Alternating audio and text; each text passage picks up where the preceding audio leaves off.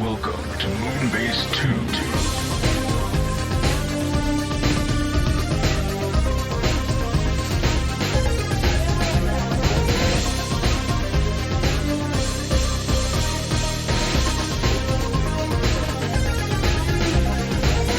Hello, everybody, and welcome to the Moonbase 2 podcast. My name is Andy, corporate commander at TFW, and I'm joined this week by the man with no face himself. It's Mikey G. Wolf V3. Hello, Mikey. I'm not even going to ask where that one came from. I just wanted to take your face off. Do you know what that's a reference to? You should do. All I can think of is the Avatar: The Last Airbender. Really? Oh, okay. Stealer. No, it was Face Off. I know, but that's what I want to think about, so I'm thinking about that. Well, hang on. Do you not want to think about Face Off? Not really, no. What? Mikey! That was fun. That's a stupid film. Yeah, it's not my kind of stupid. Oh, Mikey. It's not bad. That's not Independence Day. I don't think it's actually bad. I just don't think it's particularly interesting. Oh, that's a shame. Now, Independence Day, that's just a bad movie. That's also very funny. It's a terrible movie. Love it. It's great. So bad. I can't. Well, I've sat through it 3 times, and I've tried to escape the room in 2 of those. Okay. And I couldn't because I was forced? with people. Because I was with people, and they wanted to watch a movie. You can leave. I didn't have a car. Oh, okay. Then, yeah, you couldn't leave at that point. I know that feeling. Or have done in the past, at least. Just like it's like the "Let Me In" meme, except it's me holding it. Let me out! Let me out! Yeah, anything but this. Mine was with Smallville most of the time. I think I got off worse, even though yours was longer. Don't remember Smallville at all because it's very unremarkable as a show. I think I've seen like 3 episodes my whole life, and all I remember from one is that James Marsters was in it. Yeah, he's playing Brainiac. Was he? Yes. Huh. Yeah. Good for him. This is before Clark gets the cape and can fly, of course. He never gets the cape and can fly. That much I do know. He does get to fly in some episodes. Okay. Under the influence of, like, red kryptonite, and then right at the end of the series, I think. Oh. Yeah. Yeah, it's a show. How you been doing this week, though, Mike? You been doing good? I'm alright. Busy, but that's life. Well, that's ironic because there is no news this week. No, not really a news-heavy week. We have 4 stories, and they are not deep. No, they're not going to the rim, if you would. But we do have other things to talk about, like what we did this week and last week. So we can dip into that at the very least. So, I guess we may as well get started. Yeah. Yeah, okay, well, I'll take the first bits of news, because, of course, they're crappy bits of news, and that's how we're going to kick it off, with a bit of shit. So, Mikey, Transformers G1 Shockwave 2021 Hallmark Christmas Ornament has been revealed, and it's Shockwave. We've talked about these before, we've said they're kind of crappy before, and not very Christmassy, and I think it continues. It continues on. Made of plastic. It's going to be 3 inches wide by 4 inches high and 2.4 inches deep. It's going to be. It's going to look exactly like the G1 toy. If you would, apart from without the metal bits, it's all plastic. He's going to have those proportions, though. Mikey, yes. I guess I'll say that this looks a little bit better than the last time we talked about one of these things. All's relative, I suppose. It is all relative. Do you have any thoughts on Not Ornament really. Shockwave? I mean, it's a kind of cheap-looking version of an old toy that you hang from your tree. Yeah, well, it's not desperately cheap, as it's $18. Well, I mean, it's cheaper than you'd pay for a Shockwave now. Well, yeah, that's fair enough. Oddly enough, a toy they've never reissued, which is odd. He's a big gun. You're a big gun. No, I'm not. Oh. You could reissue me for days. Okay, done. Get him in the cloning chambers. In the cloning chamber with him. It could happen. It could happen. But, yeah, I can't say there's anything particularly interesting. It doesn't look like a particularly good version of it. No. It doesn't look like I would want it hanging from a Christmas tree. No, that's fair. I know people do buy these. I hear it on other shows sometimes. And I'm always rather weirded out.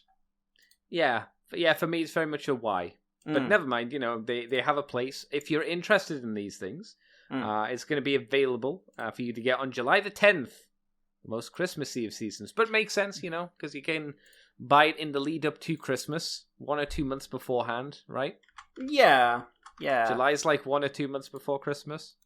I mean, I suppose they want to make sure you can get them before they all run out. Yes, that could be a thing, yeah. They might be in hot demand, who could say. I mean, they've been doing these for years, so they must be selling. Yeah, I guess so. Yeah. Mikey, I know what else you like. You like Halloween costumes. I mean, depends who's wearing them, but sure. Right, well, let's talk about who can wear them, or who should wear them. We have Disguise Costumes 2021, Transformers Halloween costumes. So, we have a cover, this is a Bumblebee wheelchair cover. Yeah. So, if you're in a wheelchair, you can get a big slab of cardboard and slot it between the two wheels. Mm-hmm. And that's your costume. I mean, I actually think that's kind of, at least it's nice to know that they can include you, and you can, like, if you're going out and you don't want your wheelchair to look really boring, it's nice to have something on it. I'm hoping you put more on than just that. Like, if your mother said, right, this is your costume, but I was a werewolf last year. This is your costume. You are a car. Yeah. I don't know, but I would imagine as a kid, even if you're in a wheelchair, you'd probably want to be dressed up as Bumblebee, which is the other costume available. Yeah. So now you're dressed as Bumblebee while riding Bumblebee. It's meta. You know how you make this work, Mikey? Mm-hmm. You arm them. You arm the wheelchair. I mean, you could do that, but I was actually thinking instead of doing it with Bumblebee, you do the smart idea and you do it with the headmasters, right? Headmaster costume, and then the big cardboard of Chrome Dome or Brainstorm or something like that. Because every child wants to be a disembodied head. I mean, it makes more sense than being Bumblebee inside of Bumblebee. What the fuck are you get talking the about? logic. I do get the logic of it. I completely get the logic of it. I just don't think it looks fucking cheap. But these never look good. That's my problem with these. I never mind these existing. It's just like, put some fucking effort in it. Why does he have abs? Because this is a Superman costume you've repainted yellow. Yeah. Oh, no, well, don't forget, they've also stuck slight wheels to the side of the Bumblebee costume, given it a new hat, and those aren't wheels. Some bits of cardboard. Those are pecs. I don't know what pecs, they're biceps. I was going to say, Mikey. Yeah, but that's what, like, the cardboard and the bit of the hat is different, but this is the same base suit they use for every one of these. It's true. Which is so bad, because it means, like, what? That car's windshield has abs. It does, yeah. And has the most terrifying child on Earth advertising it. Yeah, a little bit scary. He's just like, I'm going to kill you all. Yeah, there's a little bit of fear emanating from that kid. Yeah. It's called a Bumblebee adaptive costume. I don't know what makes it adaptive, but that's also a thing. The final thing that you can get is the Treat Your Trunk kit. Which features Transformer details, which seem to be, if you're a predator, you can open the back of your truck and stick on some Transformers things to lure the children in to steal them. I am not responsible for anything Andy says. I'm just saying that's what it appears to be, because I don't know why this would be a thing. But then again, I don't have kids, or I'm a Halloweener, I don't want people coming around taking candy from me. Really wish they had something a bit more convincing than terrible Photoshop. What do you mean, Photoshop? It's so badly done. It's real, Mikey. It's so badly done. Like, I could do better with Coral Draw. I could do better with MS Paint. Okay, do it. This is terrible. Do it. I'm not going to, because I have fucking standards. He can't do it. He can't do it. Like, he can't do it. He can't. Shit, he can't do it. He says he can. He can't. He says so many things. But yeah, these are things. We don't actually have prices on any of them, but cost you no Optimus Primes though this time round. No new Optimus Prime. Just more Bumblebees. So there you go. Anything to add here, Mikey? No. Will you be dressing up for a Transformer this year? No, and I don't know if I want to dress my niece up as Bumblebee. I might dress her up as Megatron. Okay. Okay. Yeah. Would she want that? Does she have a choice? Is the question, Mikey, Andy. why not get your niece one of those, one of the famous dinosaur costumes that everybody wears, for the meme videos? That'd be fun. You could watch her run around your garden screaming. Trying to escape it. Yeah, that doesn't sound like a bad idea. I think they're pretty cheap as well. I don't know. Oh, dear. Anyway, Mikey, do you want to take us on to the last two stories? Yeah, we've got upgrade parts. Yay. 115 Utopia upgrade kit from Earthrise Deluxe Ironhide. We have images. This consists of arm fillers and feet replacement parts. Mm-hmm. So the arm fillers fill in the gap that are left when you flip the fist out. Actually, no, you don't flip the fist out. No, there were just holes in there, weren't they? Yeah, they're just empty. I don't have mine here at the moment, but so yeah, these are just parts that fill in, like a bit of red. Presumably it'll come in white as well. So it does help the look a bit. For the feet, these add-on parts cover up the back of the van, giving it a smoother profile and removing the backwards foot syndrome, which this toy very much has in its vehicle mode. Mm-hmm. It does look better. It does look better with them. They really hope they paint them. Yeah, it's got that 3D printed look to them. Yeah, not only that, but like the back of the back of it there, and you've got like a black top. Okay, yeah. For the rear view window, and then it just going down into these solid red pieces. So really hope those get painted. Well, I mean that keeps in check with the rest of the figure that just has solid red windows. But no, like but the top of the windows are black strips. That's what I'm saying. They have a black top of the window, and then it just goes into red. I think that's just part of the figure, because if you look at the top of the foot, there's no red there. I know, but what I'm saying is they need to color that so there's black. They need to color the rear window black because it looks weird. All right, okay. Look, use your eyes. Use the eyes Jesus gave you. I'm just looking at like, hey, this is one color plastic. They ain't gonna paint this. I don't think they've ever painted it before. Jesus gave you eyes. I don't think he did. Yes, he did. Oh, okay. He took them off of a Cyclops and gave them to you. You mean two Cyclopses? No. Cyclopeans? No, not that Cyclops. Okay. Two Cyclopses are just one people. Oh my god. Yeah. That's science. I think it's a nice little, actually a semi-nice little add-on. I would a necessary one as well, because the feet on that Ironhide Earthrise figure are bad. Yeah. There's no reason for them to be as crappy as that. I will say the way the transformation, the thing, I know why it is. I absolutely know why it is, because that toy is a remold of one which had no alt mode. Nope, that's true. And anyone who says that was an alt mode beforehand, I have handled the toy now. No, it wasn't. And so like they were, when they were remolding it and adding in the bits and bobs for this exclusive figure, which also means like it's in a smaller production run. You couldn't have re-engineered it, so I do think it makes it look better. I would like to see like the Ratchet and the Shattered Glass versions and everything else, but I was going to say, is this something that you get for the Shattered Glass Ratchet if available? Not really. No, I'm not going to spend money on this kind of stuff. Okay. I take the children as the ice-stealing deity gives me. Okay, well, okay. So, next one up is DNA Design's DK23 upgrade kit. Basically, to make your Scorponok about the same height as Fortress Maximus. Yeah. So it's not big enough to make him bigger. Yeah, your gigantic monster arachnid isn't big enough. So these consist of feet extenders and thigh extenders. So they've got a picture here that really sums it up. You make the feet taller, and you replace the connection, the upper thigh, the lower thigh with the knee. The connection between the lower thigh and the knee. You replace that, and it makes him taller. And we get to see him next to the standard one.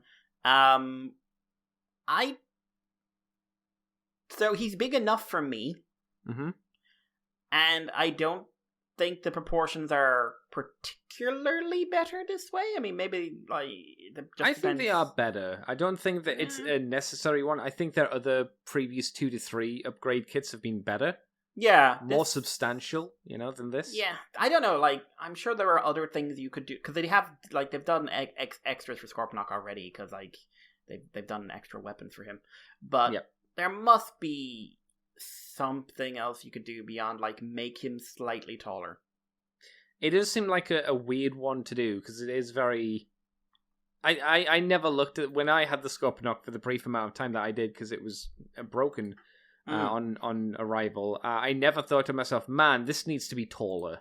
But you didn't have a Fort Max to put him next to. That I guess, but is this for the size whores that need to have them in the right scales? I listened to a podcast in the last couple of days, and 80% of it was people talking about the importance of scale. So really, wow, I'm surprised. It's just not like every toy. Scale is such a big thing for so many collectors, and it's just something I'm more into aesthetics.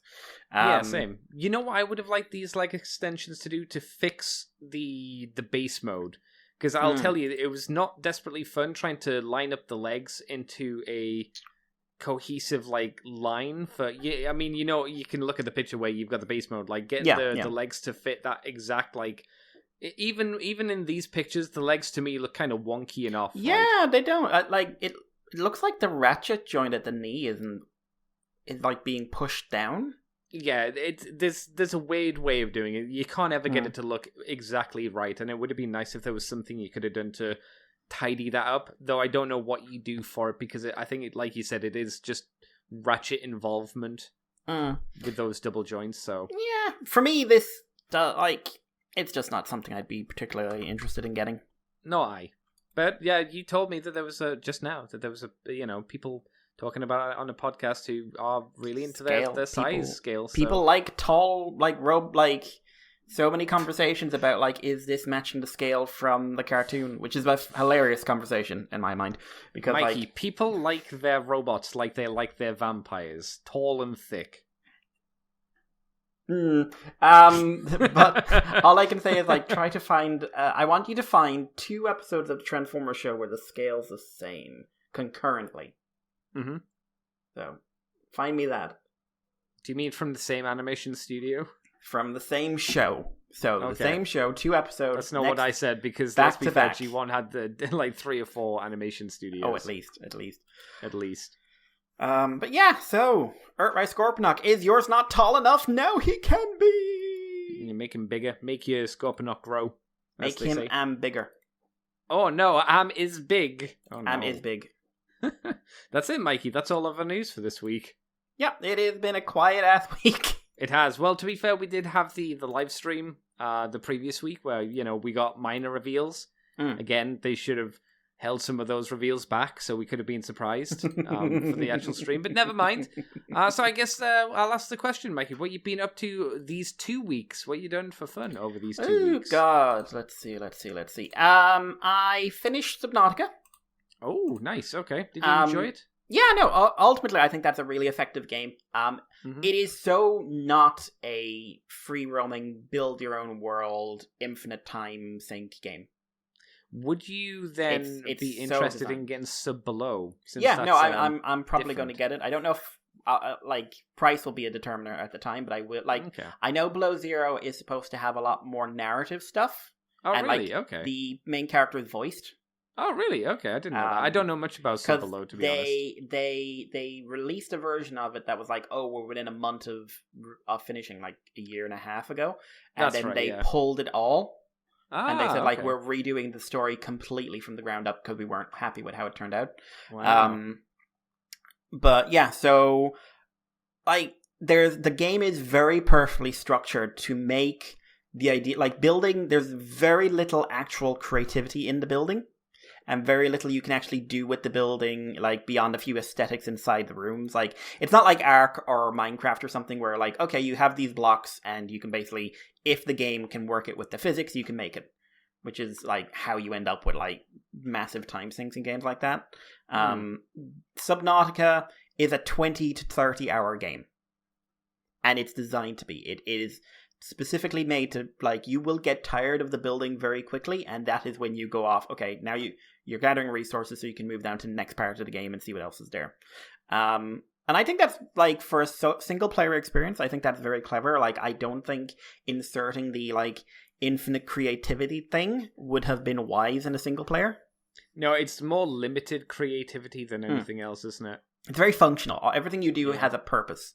Like, you're not building a big base because there's no reason to build a big base. Unless, I mean, if you want to, you can do for sure, but there's so few reasons to. Yeah, and like, okay, you build a big base. Okay, you have a taller set of circular rooms, and some of those circular rooms have different circular rooms sticking off the side of them. You can put posters in it. Yeah, and you have a limited number of posters. Yeah, which I thought was funny that you can't make any more posters. Like, oh, okay. Everyone has the kitty though, but how many bases did you make in total? Because you kind of do need to set up like a main base and then forward bases as you go. Yeah, I made 2 or 3, and like what I did was like I'd make a core scanning room. Like I'd have my core base, and then I'd set up like a little like 2-room thing with like a scanning room and a moon pool. So for docking somewhere else, and I was quite happy to just zoom up and down the map and take my time. Like, the later half of the game is incredibly buggy. Like, which points do you mean? When you get to the lava area, or before that? Once you hit the Lost River.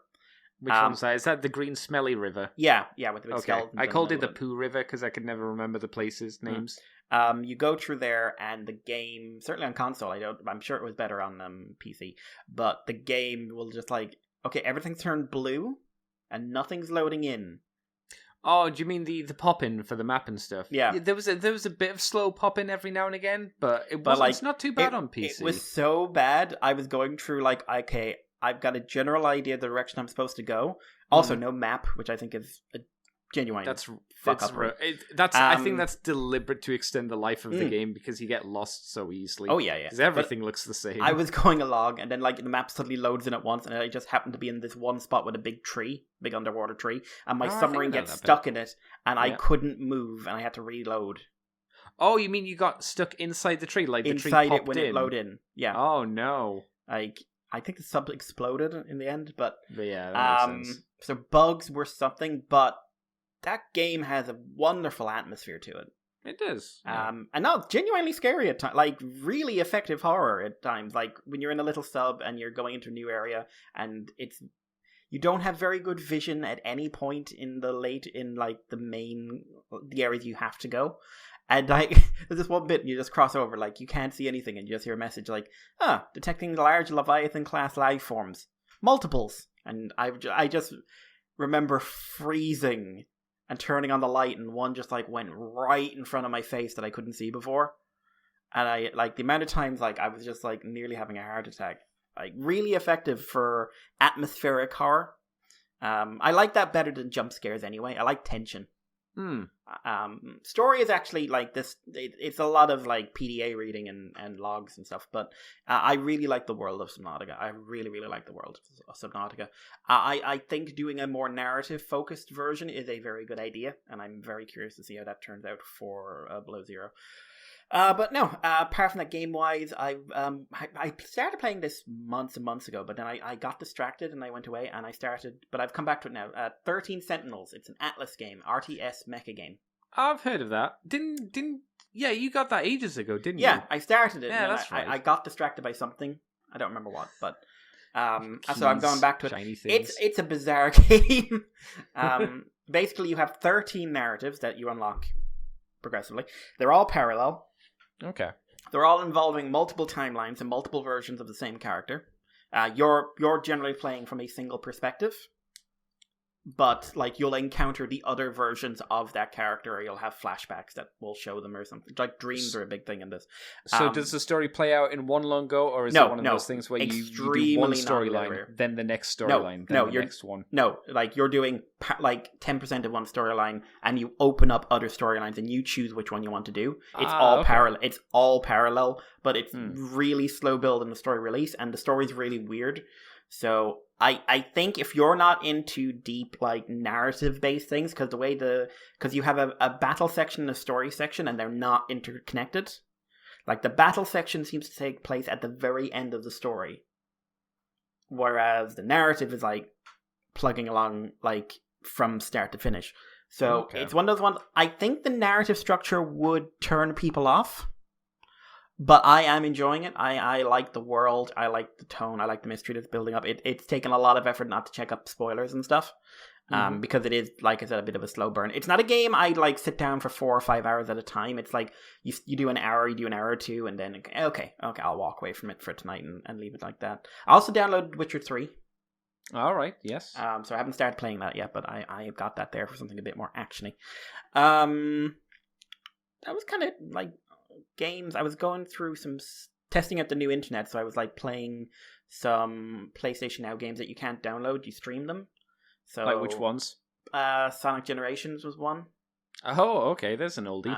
Yeah, but like as far as I can tell, with the internet we have here, PS3 games will play fine. PS4 games are asking a bit much. Right. I mean, it's better than what you could do. Oh yeah, which was like Nothing. good luck trying to stream a game. Yeah. But so yeah, game wise that was kind of it. Didn't watch any like Western TV this last couple of weeks. Nothing of note anyway. Like I didn't watch anything interesting on Netflix or on TV. So I did watch a fair bit of anime. I've been playing a bit of catch up, and trying out some new stuff. Oh my god! I have a list. So Back Arrow is up to episode 16. They've wrapped up the war arc and moved into what I think is probably going to be either the second to last or the final arc of the show. I do really like this show. It's very stylistic, and I can tell from reading other people's reviews that they cannot get past some of it. But I am enjoying it, and I'm very curious to see how it ends. I don't think it's not going to go down as one of the greats, but it's an enjoyable experience for me. What aspects can people not get past, would you say? Or is that too spoilery? Some of it's spoilery, some of it's the structural elements, I think. Like, the way dialogue is coming across, it's very performative at times. Right. And it also has quite a slow burn in its narrative, which could bite it in the ass because it may have to rush its ending. I wouldn't be shocked if it had to do that. But yeah, also like pacing is also a bit of an issue because I would say it's quite slow paced. So anyway, like listen, I won't. Backgrounds at the stage it's kind of hard to talk about at all without big spoilers, but I'm enjoying it. Also, Dinosaur, I'm up to episode. What are we on? Episode 3 now, I think. Mm-hmm. I am liking the show a lot. It's not grabbing me the way Gridman did, but like it doesn't have Akane. Right. And you really realize like the real powerful draw of a really strong protagonist like she is, because she was the protagonist of the show. Oh my god. I don't believe anyone who says it was a Yuta. It wasn't. Oh my god. Who was the antagonist then? What was his name again? I could never pronounce it. Alexis. He was a friend. Yeah, in your computer, helping you make monsters. That's right. After some spoilery stuff you did, which really, like that, I don't want to know what her backstory was, but I do also want to know what her backstory was. Especially since I've seen like a bit of original Gridman now in the last few months, and I was just like, this is terrible. Oh, it's rough, isn't it? It's really bad. Yeah. How far did you get through? Because I think I managed like 4 or 5 episodes and I went, I can't do anymore. I think I met 2 or 3, but like I saw some people going like, yeah, original Gridman, man. I'm just like, this is like everything I don't like about Ultra, but with nothing good. Yeah, it's rough. Like the stakes are so minor as well most of the time. Oh yeah, that's like, haha, I got shoved at school and now I'm bad. Yeah. But villain's motivation is not great. But yeah, Dinosaur, we've got the way the gimmick works that Dinosaur splits into 4. What is it? Dino Soldier, Wing, Car, and Boat, or something like that. And we've got the new villains introduced. Going by the intro, I'm assuming one of the main characters is going to have a kaiju of some sort. That makes sense. Just because of, like, their role at the moment is relatively reduced, but we're already starting to move into psychological stuff, which I was expecting. Like, we're looking at the female lead's, like, her weird hang up about misleading people. Yeah, I'm gonna set a date with you, then cancel. Like, yeah, what the fuck? And like it's also like Yomigi's clearly got some shit going on in his life as well. Mm-hmm. And we just had something with Kiyomi introduce Kiyomi, who suddenly became way too relatable. Which one's Kiyomi? The older guy who's living with his cousin. Oh right, yeah. He had a moment which was just like meet someone from his school, and she's like, "Oh wow, great to see you. Yeah, great to see you. Yeah, what were you doing? Oh, I was married." Oh, married. What are you doing? I'm doing public service. from my home. Yay! But yeah, I'm liking the basic character. Galma as well. I'm just liking him in general. Action's very good. And yeah, it's doing that thing where it's keeping the very, very Tsuburaya kaiju design, like aesthetics. But they're all new designs, which is one of my biggest beefs with the entire Tsuburaya Ultraman franchise. Which is, you mean that they only have one design that they use again and again and again, and never change ever. And even when they do change it, it's never like an actual update. It's just like we made a new suit. Yeah. So yeah, I am liking it. Looks good as well. Like, thank God. But yeah, and I like Dyna Xenon. I like how they use it. I'm still rather amused by the idea that the Dino mode's like the super mode, which is so unusual. No, I guess it makes sense though, calling it Dyna Xeon. Dinosaur is the part of it, so Dyna Xeon. It's a nice change, I guess. Good soundtrack as well. What else was there of note? I watched... Thunderbolt Fantasy Season 3 started, so I watched the first episode of that. Is that gotten any better than Season 2? Because Season 2 is terrible. I don't think Season 2 is terrible. I just don't think it's great. I think the story is pretty terrible. I think the thing is, the story... Like, one, I would say Season 3 leads off directly from that, so you do need to have seen Season 2. Oh, no. But Season 3 is actually about the plot. Okay. And an overarching plot. To the point where it kind of makes it feel like Season 2 was we were contracted to do this, but we didn't have much to fill it, so I don't know, get an evil sword in here. Fill it. I don't remember anything about Season 2. There's a bad sword and a monk. Okay. And a dragon at one point. So this is more about the actual... people want the swords. People want show. They want what he's got. And it's clearly got more stakes, and it's got more context of what exactly it was that chased him out of his home. That's right. There was like a shadowy Akatsuki from Naruto organization, wasn't it? They were all after the swords. Yeah, the bug people. Like the bug. We now find out why the bug people are doing what they're doing. Oh, that's what they were, bug people. But like, it also brings back a few characters from the original series as well, and it's really weird. It's like Season 2 really feels like a stopgap.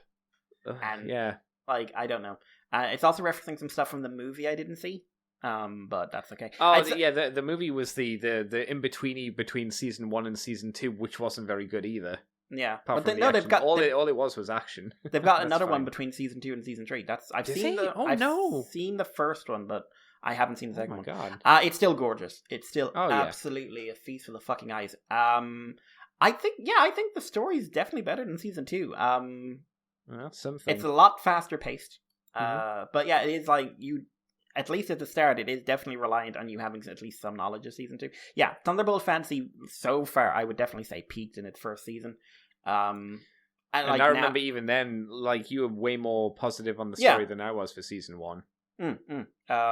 But it's like, I like, it just so, I cannot imagine the amount of work it takes to make this show.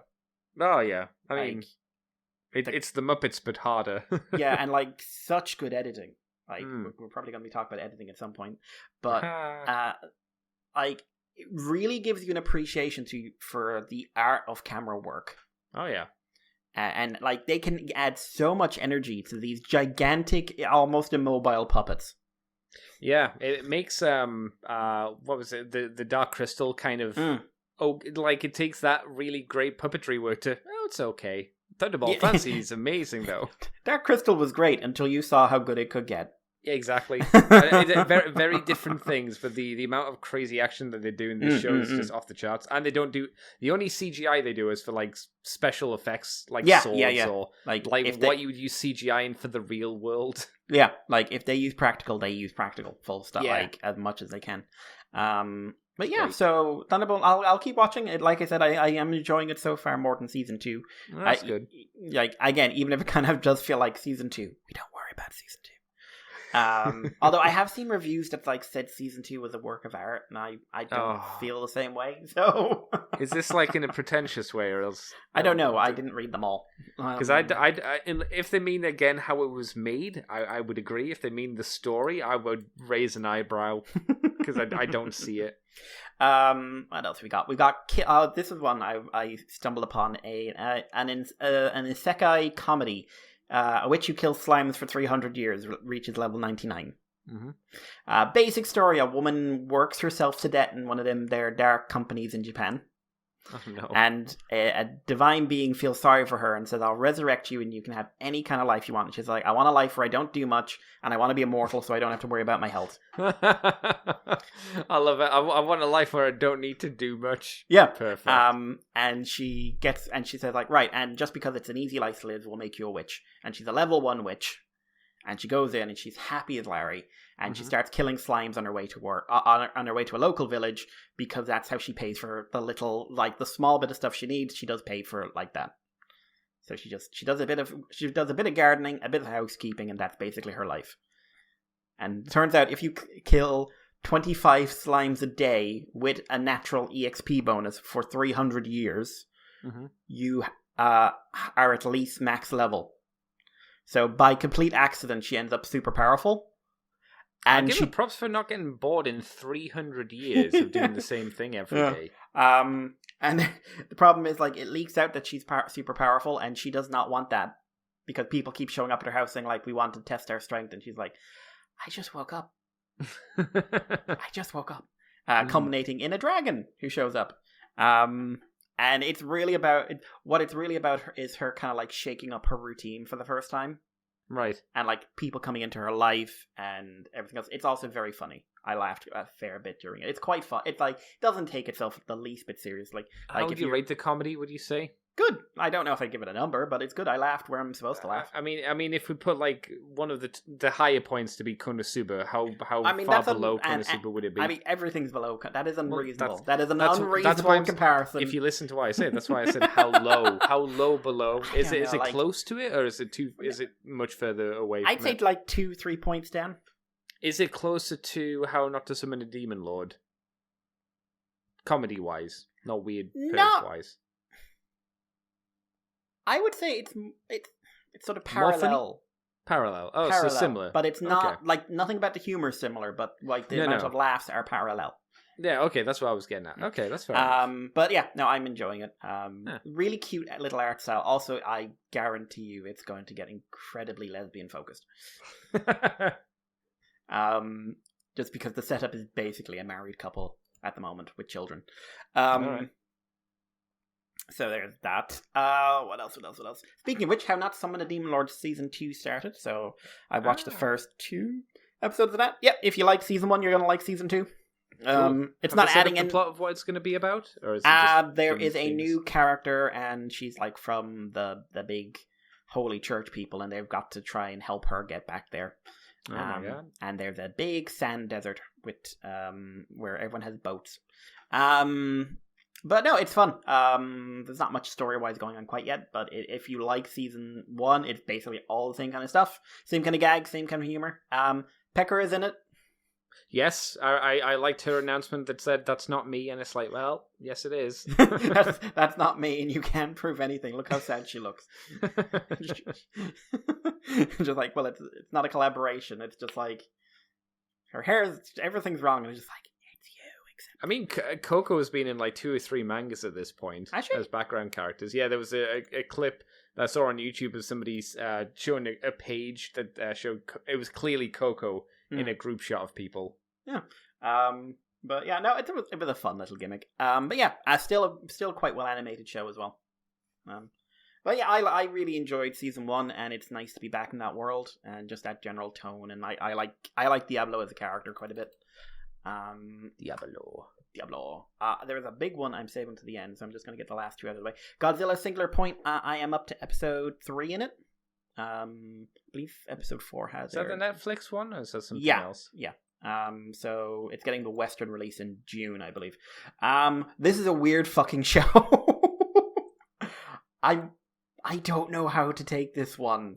It's so unusual. It looks gorgeous. Love the look. But like it's clearly more bound in mysticism than anything else in the Godzilla franchise. Like there are Rodans aplenty, shall we say. We haven't hit the point where Godzilla himself has shown up. But when you say Rodans aplenty, you mean there's more than one Rodan? I mean there's fucking hundreds. So it's Gauss, right, from the Gamma Basically. Except, like, there's a big there's a red tide, and out of the ocean, fully formed Rodans appear. Weird. Yeah, They're not very that big. sounds like a Gamera story. They're not big rodents. They are small rodents, but relatively. But and you got multiple types as well. We've had 2 different types now. And they've hinted Titanosaurus is coming in, although I saw something that said that was actually like another variant of Godzilla that they've just designed to look like Titanosaurus. Who's Titanosaurus? He is from the Terror of Mechagodzilla, which I believe is 1975. Okay. Big orange dinosaur, basically, with a very distinctive fin. I think he had something about tornadoes.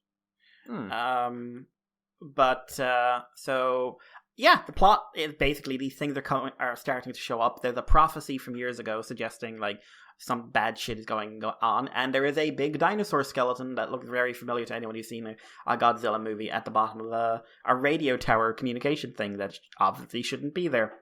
And red dust and red mist is very, very prominent. It's got really good animation. I like all the characters. I just really want to see where the story is going before I start saying like it's good or it's bad or whatever. I want to see where the hell this is going. How many episodes is it meant to have in total? Do you know? 13, I think. So okay. I know Anguirus is supposed to show up soon. But yeah, I don't know when Godzilla himself is going to. Right, next one. I said I had a fair bit. Next one. 86. So this is aired over on Crunchyroll. That's up to episode 2. It's an unusual little animal, this. None of this is spoilers because it's all in the actual description you see when you're reading on the show. So there is a war going on between drones. One side is using drones, the other side is using drones. And the group you're following is part of an 85 district city. Or country, it's not really sure which yet, where the military is basically people who sit at home and pilot the drones from a distance, or control the drones from a distance.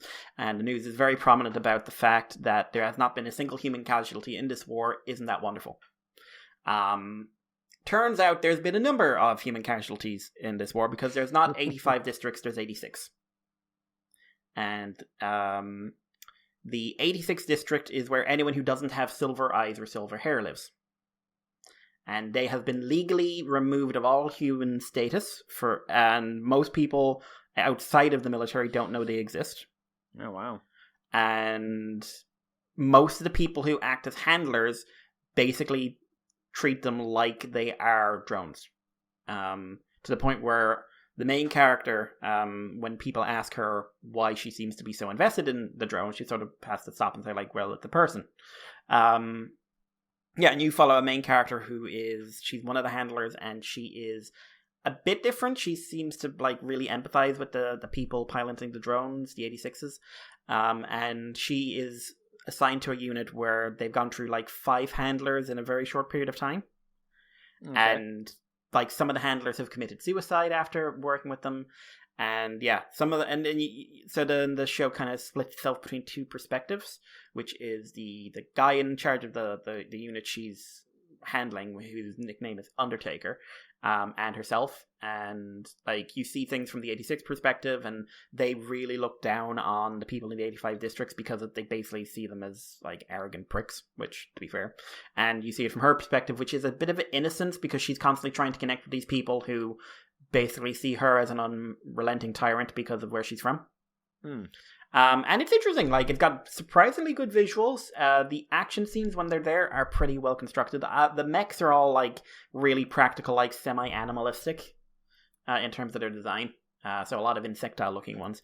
The thing is, and this is something that kind of struck me, like, the easy thing to do in a way is to do okay, we're telling a story about, like, these people who have been, like, completely dehumanized.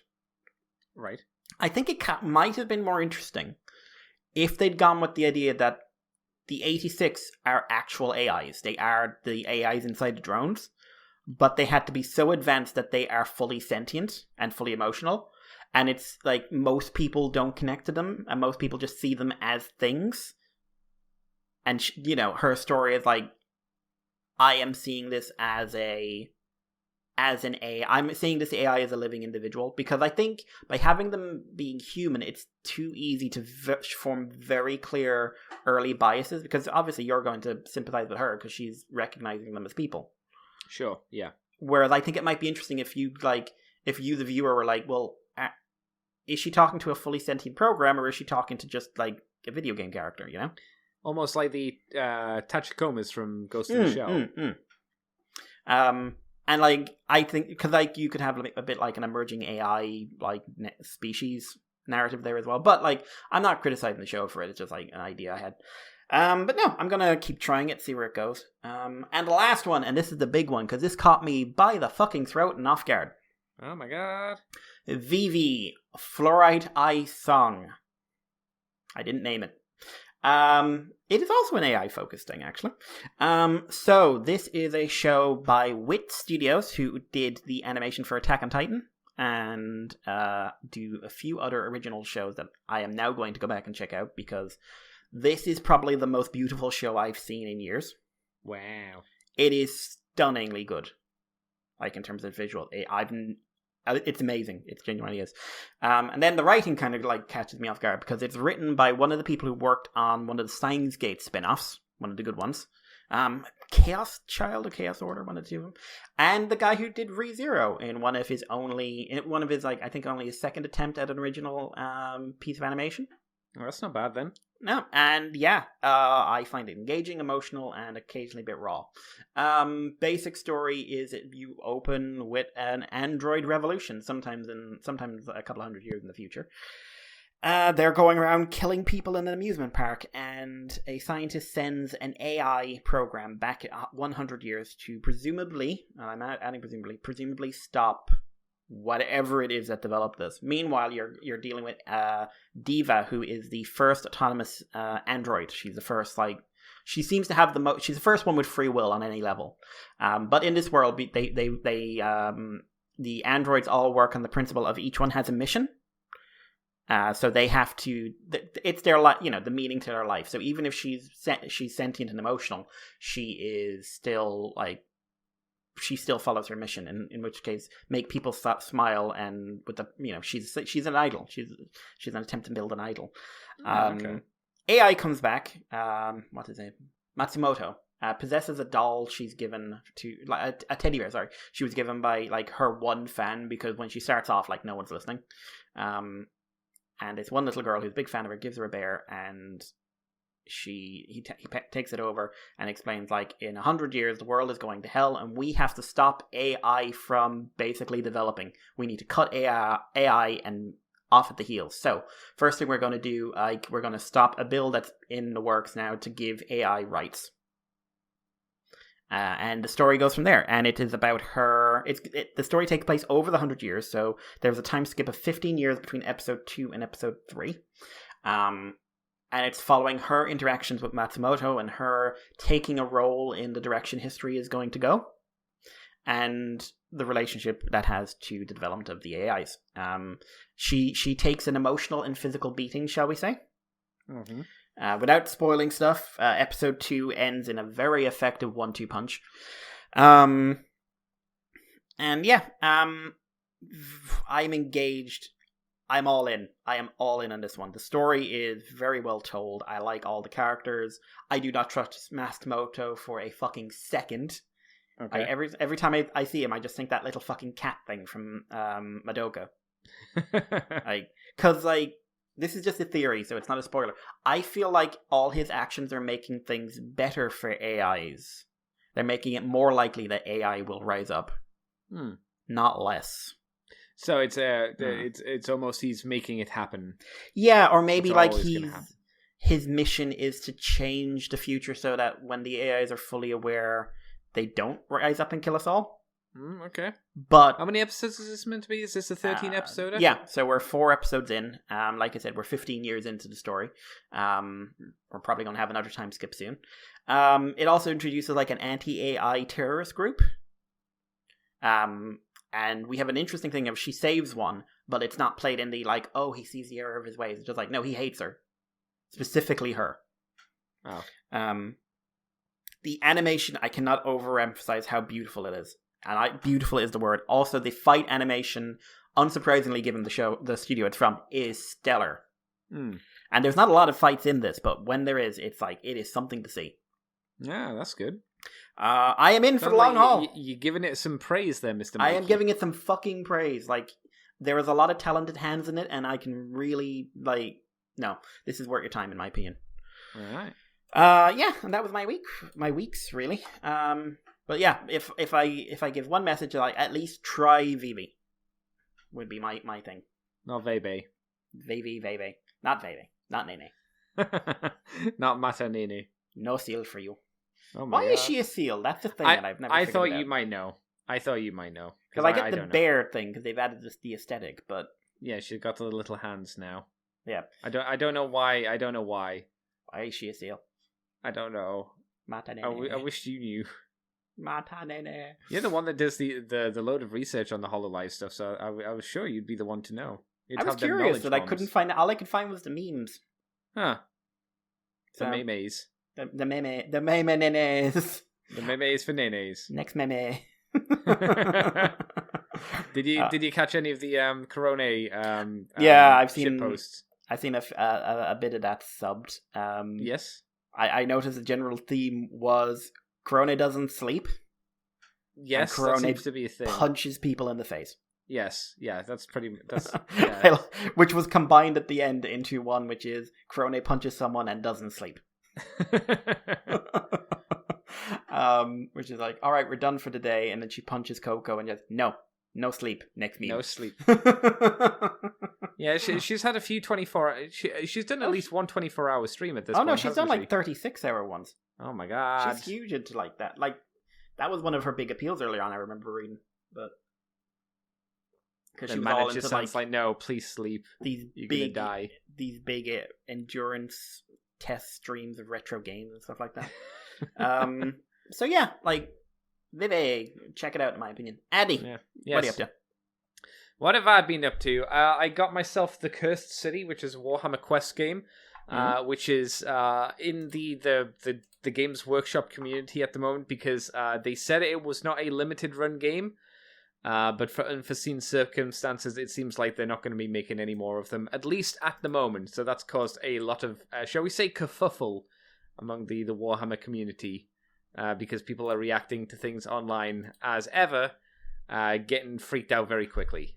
But, you know, whenever does that happen, right? Yeah. Yeah. So I got my copy of that. So I've been painting some of them, building them. That took some time to do. For nighttime watchings, I was rewatching Green Lantern. I finished all of Green Lantern. Yo, Mikey, that's a good show. No, it's not. It's a bad show. That's why they never made season 3. It's so good. It does end at least in a point where it's okay that it ended. You know, it didn't end on a cliffhanger or anything lame like that. It did end. It's just it set up stuff where it could have gone on. As it, you know, it had LaFleeze and it showed in Sinestro. It had elements where they could have kept going with it. Some things I didn't like about it, like how they did the anti-monitor. But good show still. Yeah. Still fun. Still worth it. Oh yeah.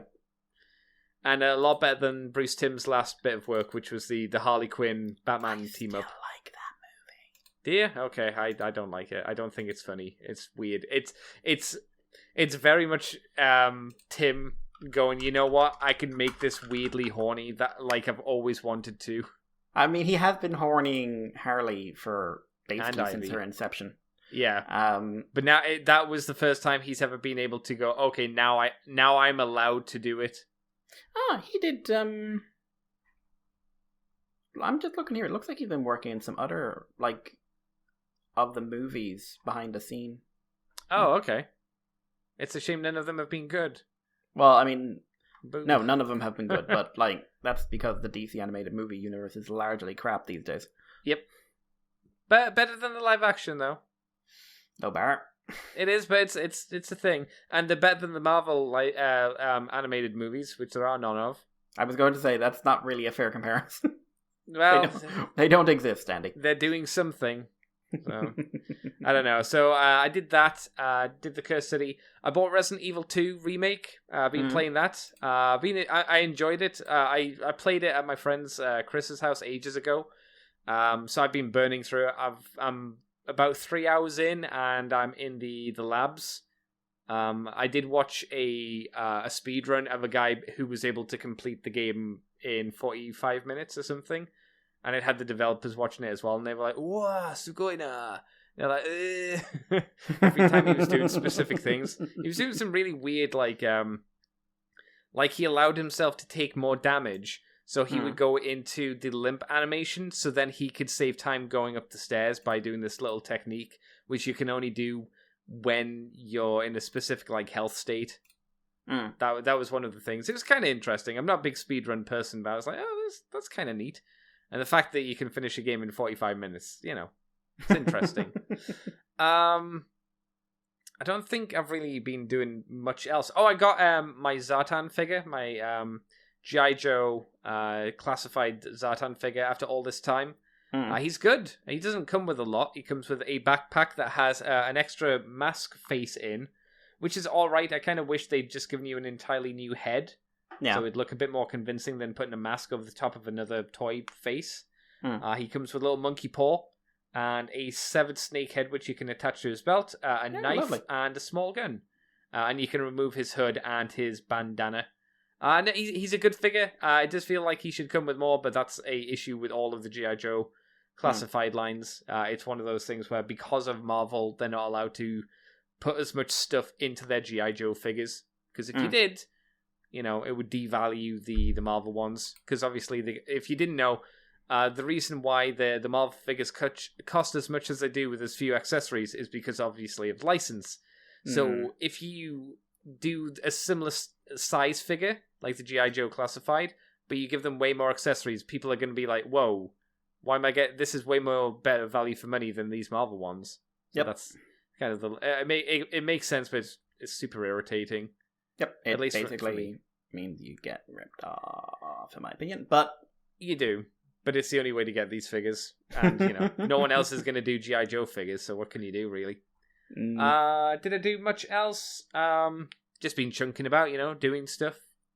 Just living life to the max. Haha. Not really. Haven't done anything. I got to watch the last Fate movie. Oh.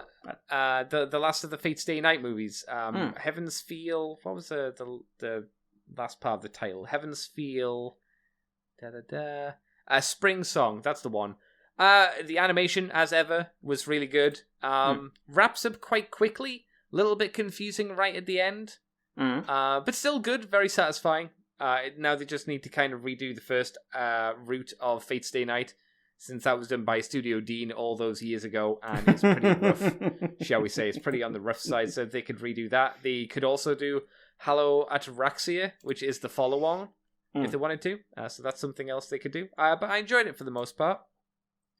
I also watched episode 13 and 14 of So What If I'm a Spider?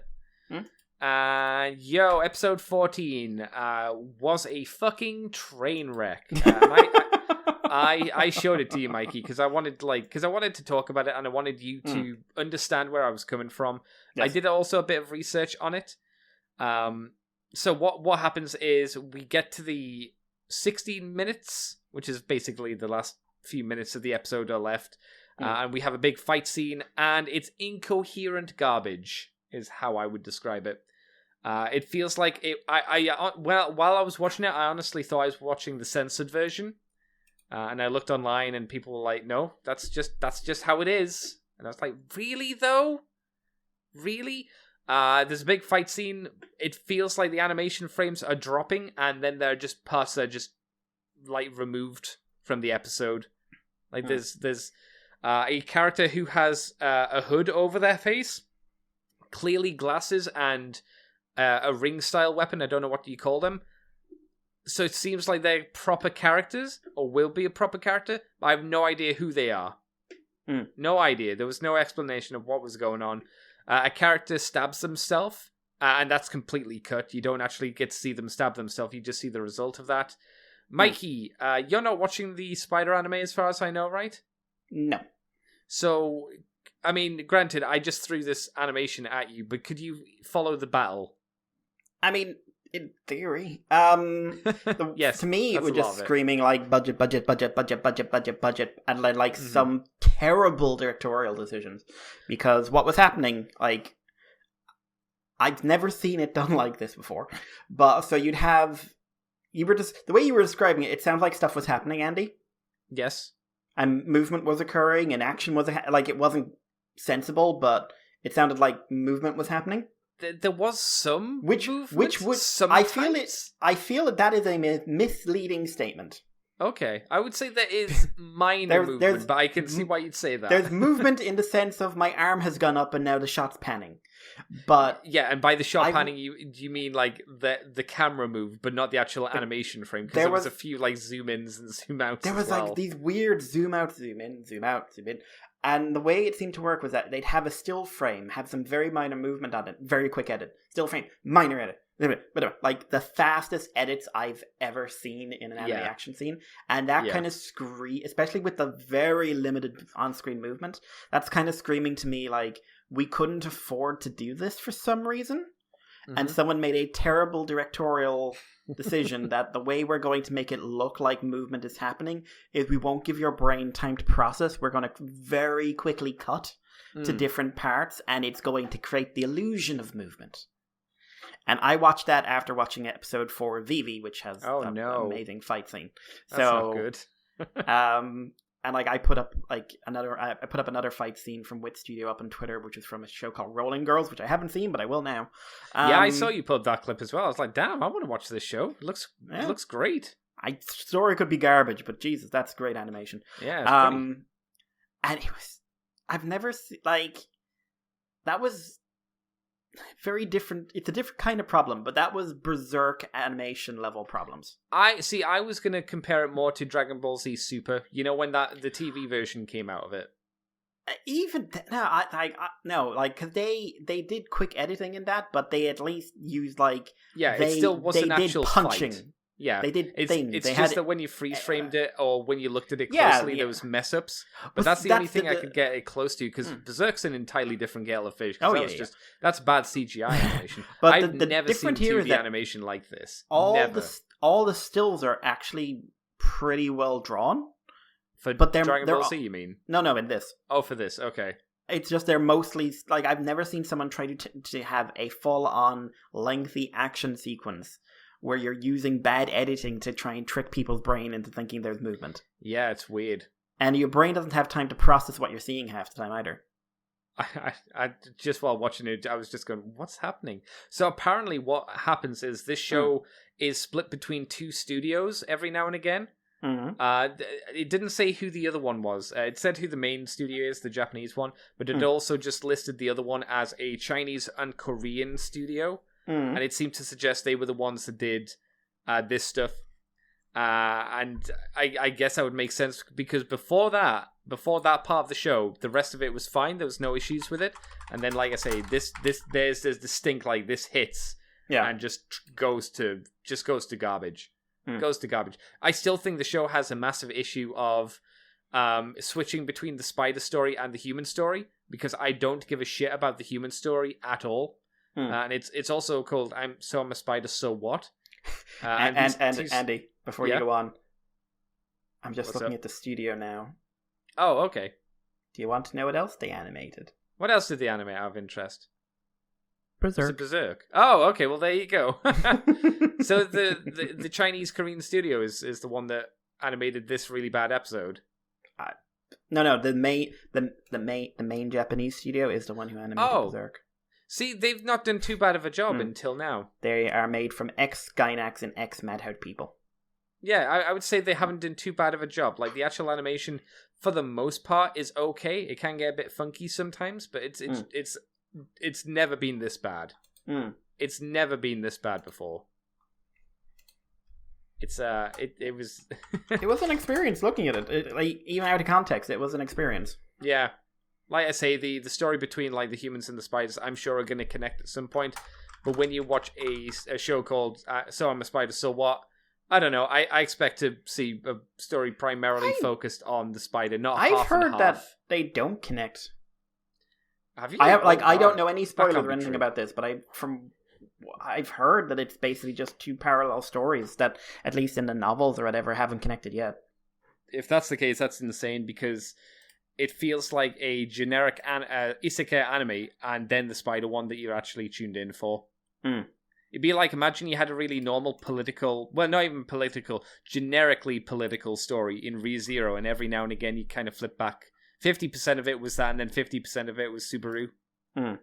It's not that extreme, but it kind of feels like that at some points, at least for me. It's like, I just want to see the spider live a life. You know, that's quite fun because there's this entire aspect where, you know how the spider looks quite cute, right? Yeah.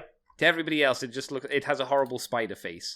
So there's a point where she saves like this family being attacked by bandits, and she's looking at the baby going, "Oh, it's so cute," and then why am I an ugly spider? And she's just rolling on the ground and like beating her head off the floor. So to everybody else, it's this weird, horrible spider monster just rolling around, screeching, hitting its head off the floor. But to her, she's got a cute little expression. Why? Why is my life pain? And everybody's just standing around going, what's happening? Why is the spider attacking themselves? Why did the spider help us heal our people and is going crazy now for no particular reason? Weird. So it's a weird show. I would at the moment I would definitely kind of give it maybe a 6 out of 10. Like because it keeps switching to this super generic lame story. I don't know. I'm gonna keep trucking. I've got Dinosaur to watch tonight as well. Dinosaur! I can't get out of my head. Does it have a good intro music? Yeah, it's very Gridman. Okay, that's fine because I like the Gridman's intro. But they're just like whenever they form Dinosaur, there's just a moment where like there's a chorus going like Dinosaur. Yeah, I remember that for the first episode. That was quite fun. I don't think there's anything else I did of value this week or last 2 weeks because that's life, yo. That's life. So, Mikey, do we have any messages from Twitter or whatnot? I've got one from emails that we were, if I could open it, that we got a few weeks ago that we didn't have time to cover. Cool. So this is from Andreas, or Andy, whichever one you would prefer. So, just a quick one for Moonbase 2. Hello. Why do I always have the urge to write Mikey a message when I see new Shinjo Akane merchandise pop up? Because, you gotta. Okay, so why is Takara Tomy having such a hard time churning out a consistent product with their Masterpiece line? Good question. With context, MP44 is, in terms of articulation, paint, and transformation, in Andy's opinion, the best version of the cartoon accurate MP Optimus Primes, probably the pinnacle of the Masterpiece line. MP49 Black Convoy is probably one of the worst toys in the Masterpiece line, even if it's the same mold, almost no paint, floppy joints, ugly nub marks, and plastic swirls all over the place, even if they're not the gunmetal variant. And not just the quality of the toys. Rodimus, Lambor, Hound are QC nightmares. They changed the direction of the line 3 times while keeping the Masterpiece name and numbering. From releases not in scale to one another, MP1 to MP9, to a mix of toy and tune, and 10 to 26 to Super Cartoon Accurate, 27 on. They even released the MP Beast Wars toys in the same line. Now at Skids, they seem to change the direction of the line again, back to more real-life inspired. Even the faction symbols change in the style. Toy Accurate, Cartoon Accurate, purple, red... No background stickers painted, whatever. What do you think? Why do you think that is? I know Vangelis mentioned a while back that Takara Tomy is not Bandai Japan, the Tamashii Nations branch specifically, who seem to have a good grasp on how to produce a consistent collector toy line. Yeah, like it's night and fucking day. But that goes for other manufacturers as well, Sentinel, Good Smile. But those are all focused on the collector market. Could it be that Takara Tomy is just inexperienced when it comes to a toy line that's focused on toy collectors? Or is it an issue with my sensibilities? I know I have a strong draw to consistency when I decide to collect a line of toys. Happy Easter, that's when we got this. I think this is an interesting one because you and I have, like, as outsiders, have really... Like, the MP line, I like the QC is kind of the QC and the price hikes are kind of the big thing for me. Yeah. But I think it's this is a point, like, that was made, like, I remember when Chris made that point. God, that was around, I'd say that would have been Hot Rod Rodimus, the original. Wow, really that long ago? And he said, like, Takara Tomy is not Bandai. Like, Bandai Japan does every layer of the toy market in Japan. It does children toys, it does collector toys, etc. And it's been doing it for a very, very long time, whereas Takara Tomy is almost exclusively children toys that has, in the last 10 or 15 years, or 20 years now, really, moved into collector grade materials, like their Diaclone lines and their new Gridman line as well. I mean, I think part of it is definitely like, yeah, there's an element of these guys are inexperienced at this kind of thing. But I think it's also you're using the same designers and engineers and everything else for this line as you use for all the other lines. And I think one of the things is Transformers, more than a lot of collector lines, puts very specific strains on a collector grade figure. Yeah, I suppose it needs to be really intricate, and you got to have all those parts working in tandem and have them not explode and break. There are a few that are as transformative, if that's the correct word you want to use, as a Transformer has to be. Like there's Macross and stuff, but even their toys are kind of whiffy, aren't they? Yeah, but Andy, what about Gundam and their masterful transformations? Oh yeah, you can never forget about how good the Gundam transformation things are. Yeah, I did build some Gundams during the week, but I'll save them for next week. Oh my god! Well, because there's so much news to talk about at the moment. Yeah, deal with it. But it's I think like you're like. Especially now, it's like you made a point. Like the nature of the line has changed so much with different people who are in charge of Takara. Really, like I think MP10 to 26 was the best era. 9 to which one? Sorry. So like those? You're looking at like the time when Sideswipe came out and MP10, Optimus Prime, and that kind of stuff. Yeah, I think that was the strongest era. Like for other people, it's now because they're getting their like incredibly highly engineered figures that go from the tune to the tune, you know? Which I think hurt, like I've said this about Generations, I think this attachment to the cartoon accuracy is hurting the franchise in some ways. I think with Masterpiece specifically, it puts severe engineering strains because they were never meant to be that. And to do that when you're also trying to do like a Solo Chichigoken level articulation or something like that, it's a lot of pressure. And I think it's just like, not only is there not the experience, but the level of engineering just isn't like it's probably asking too much. Like I think Bumblebee's a great sign of that because for all the money you pay, they use the same transformation gimmick they use on a lot of stuff, which is like just don't look at the back. Which is fascinating to me because like it's not just that that back isn't clean, that back is hideous. Yeah, it's pretty nasty. It also affects the toy in basically any angle but straight on. And like I don't buy into the whole like make Generations Masterpiece but at affordable prices. Because I think Masterpiece is a line that has a real like it's like trying to do like crazy engineering and stuff like that is something I'm definitely behind, but like whatever shake-up happened in Takara that led to the shift in or maybe it was something from Hasbro's end, I don't know, that led in the shift sort of in the post-Combiner Wars era, I'd say. Because it happened across the board. Has resulted in some very like MP44, like even if you're happy with him, like the guy's got at least 2 or 3 infamous QC issues. Yeah, and you're paying like in some cases close to $500,000. Especially now, if you buy one now, you are paying $500,000. Is it really that much? $450 was what it was on Big Bad Toy Store last time I looked. Right. Oh, so you're not even talking about second hand? No. Wow. Wow. Which is why I was kind of thinking like Black Convoy was a good idea, to be honest, because I thought get it cheaper, but didn't sound like it went well. But like Hound's QC issues are like Megatron's, like Beast Wars Megatron's bloody exploding crotch or Dinobot's shoulders, or Primal's bad paint, which can come off really easily. Lio Convoy has something in the waist, I think.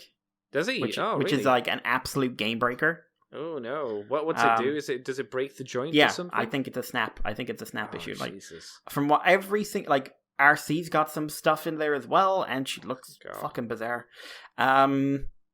Every Masterpiece figure that's been announced has had something broken in the Do you last. think there's a case of them rushing the figures out as well? I don't know about that because like they announce them and they take ages to come out. That's true. And like but, they've got 2-3 year development in these things. But this is always the thing. Like with the Megatron should have been fine. Like he's an okay figure. The thing that lets it down is they chose the wrong kind of plastic. So if they gave it a bit more time and actually tested the plastic out, they could have found out and fixed that problem. It feels like, you know, when you rush your homework and you do 1 or 2 stupid mistakes, but it ruins your entire thing when you're at school. Yeah. It feels like that's a lot of what Takara's doing at the moment. Like that, if they sorted out that plastic and that groin was fine for Megatron, there'd no issues. Yeah. Same for the, I guess the Lio Convoy as well. If that's got a groin that explodes as well, if you just whatever the issue is with it, maybe they're rushing these things out without putting them through the rigor, I suppose. Yeah, I also know. think the things like no renumbering and everything else, that's them playing the prestige game. Yeah, I would agree with Because that. now they're able to say, like, we are on Masterpiece number 50 of the blah, blah, blah, or whatever it is. Whatever Yeah. number we're on now. So yeah, like, I'm not particularly looking forward to the Skids release. Because I'm just, like, this is my first question with every Masterpiece now. Is just like, what's going to break? Which is weird because you look at Skids and he looks really basic because, you know, this is what Skids is. He's not the most complex looking at Transformers. Basic So, bitch. Yeah, so what could go wrong? Hopefully it's not another waste issue. But yeah, it's an up and down thing. I mean, I wish it was a bit more stable, but Yeah. I The mean, only you way really- they'll change is like not to get involved with it, I guess. Just like wait until someone gets a review done on it and then see if anything goes wrong. like, I don't know. I think, like I said, I'm very curious to see what Hasbro will be without John Warden, and I'm very curious to see what Takara could be if they basically changed their attitudes towards the toys. Because, like, remember, like, one of the reasons Takara is so inexperienced with collector markets is Transformers has always been and is always marketed at a very young level over there. Oh yeah, like certainly. it's marketed at the Yu-Gi-Oh age group. Yeah, Like, exactly. that's not an exaggeration, and the Yu-Gi-Oh age group over there is very young. Yeah, Like, but like. And like Bandai, like they'll take properties that are marketed to that age group and try to draw in older viewers. You know, Pretty Cure is a very good example of that. Whereas Takara won't do that. Takara is releasing stuff, and if you're an older fan, that's your business. yeah, pretty much. So it's a very different animal over there. But yeah, I would like to see, because like clearly a decision was made around MP27, whatever it was, to change up the line, and that's when we started to see those big QC issues. Yeah, and I would really like to see. Okay, let's maybe we'll go like, okay, so we've had this time. Maybe it's time to do something else. But like, that's without bringing in my whole issues to the slavish G1 thing, which is just. but it's understandable bugbear, why you'd make the collector's market that. Yes, absolutely. It makes sense. I mean, And it's who's going to buy the expensive toys, Yeah. but And yeah. I think if they could do that without going as crazy on like the materials and engineering, I think that would be not something. But like they're trying to do, like, people complained about the Beast Wars figures because they were like gappy and everything else. I'm just like, you can't physically turn that cartoon model. You mean the Kingdoms ones? Well, The Kingdom Beast Wars figures. I mean all of them, Andy. Oh, right. You mean Masterpiece as well? Yeah. Okay. But Right, the sorry. most common complaint you see is like, well, it's not accurate to the beast mode, or it's not accurate to whatever, and it's like, because physics. Yeah. And They in did trying a really good job with the Masterpiece ones, Yeah. getting them pretty accurate. Yeah, but in doing so, they have broke the toys in many places.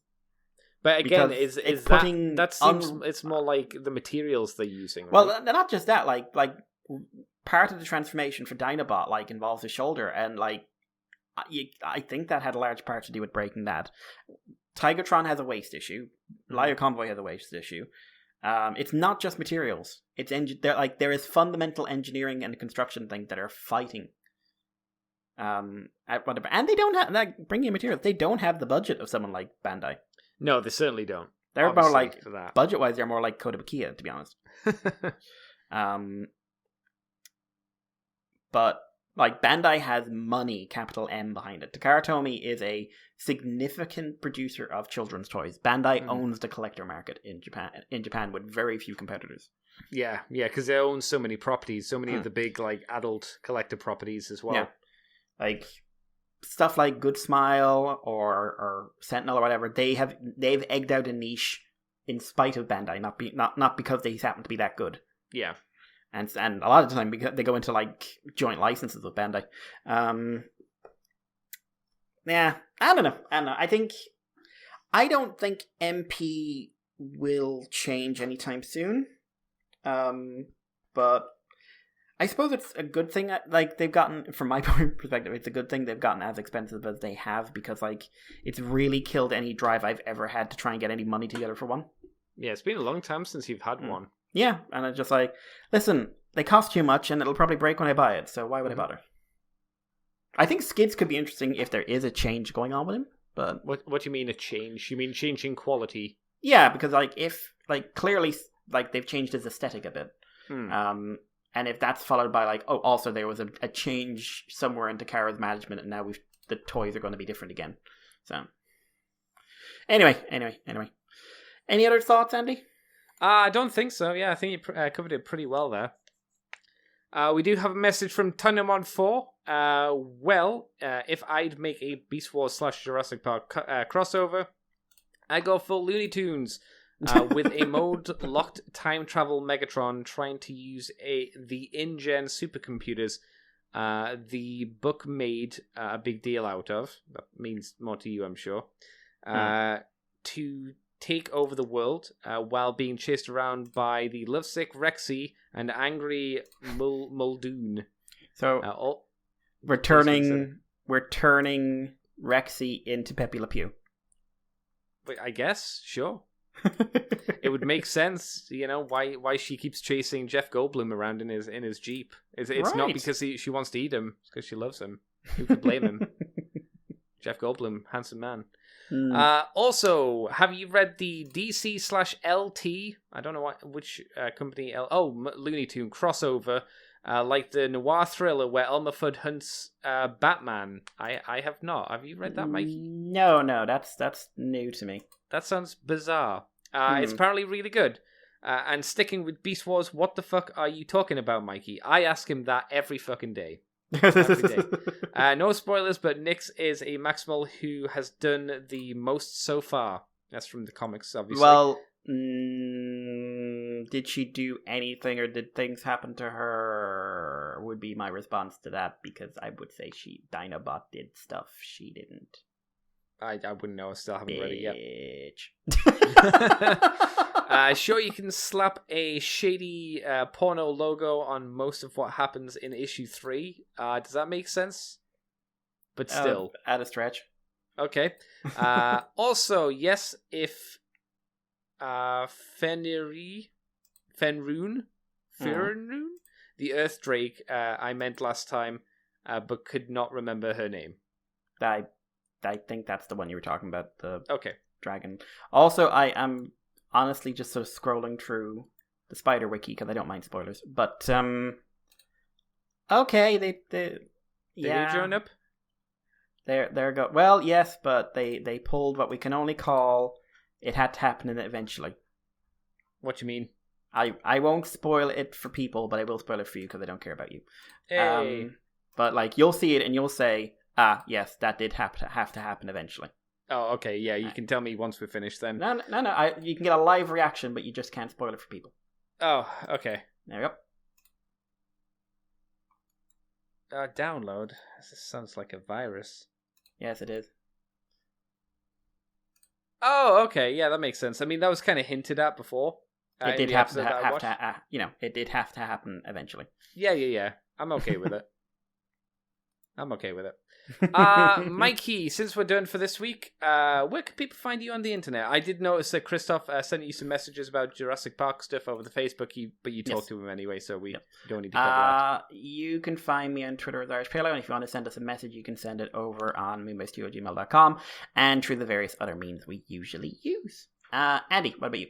You can find me on Twitter, CCTFW, YouTube is Cobra Commander TFW. You can find this podcast on the Moonbase 2 forums, Twitter, iTunes, Facebook, Libsyn, YouTube is Moonbase 2 Transformers Podcast. You can also find us on patreon.com/Moonbase2, where we have the Moonbase Woo Woo, where we talk about something non-specific each month. And we also have From the Files, Deltron 2, where we talk about comics. And if you donate, you get a longer version and an extra comic, which we need to do for this month at some point. Yes, but I will send you all the shit when I get a chance. But I've got so much shit to do today. So much busy Mikey life. Well, Mikey, thank you for joining us for this this short show. There wasn't much to talk about, but we filled it out just a little bit at the very least. Yeah, no, we managed to add a bit. Yeah. So until next time, everybody, thank you very much for joining me and Mikey, and we will both see you next time. Have fun. Bye-bye. Bye-bye. You are now leaving Moonbase 2. Yeah.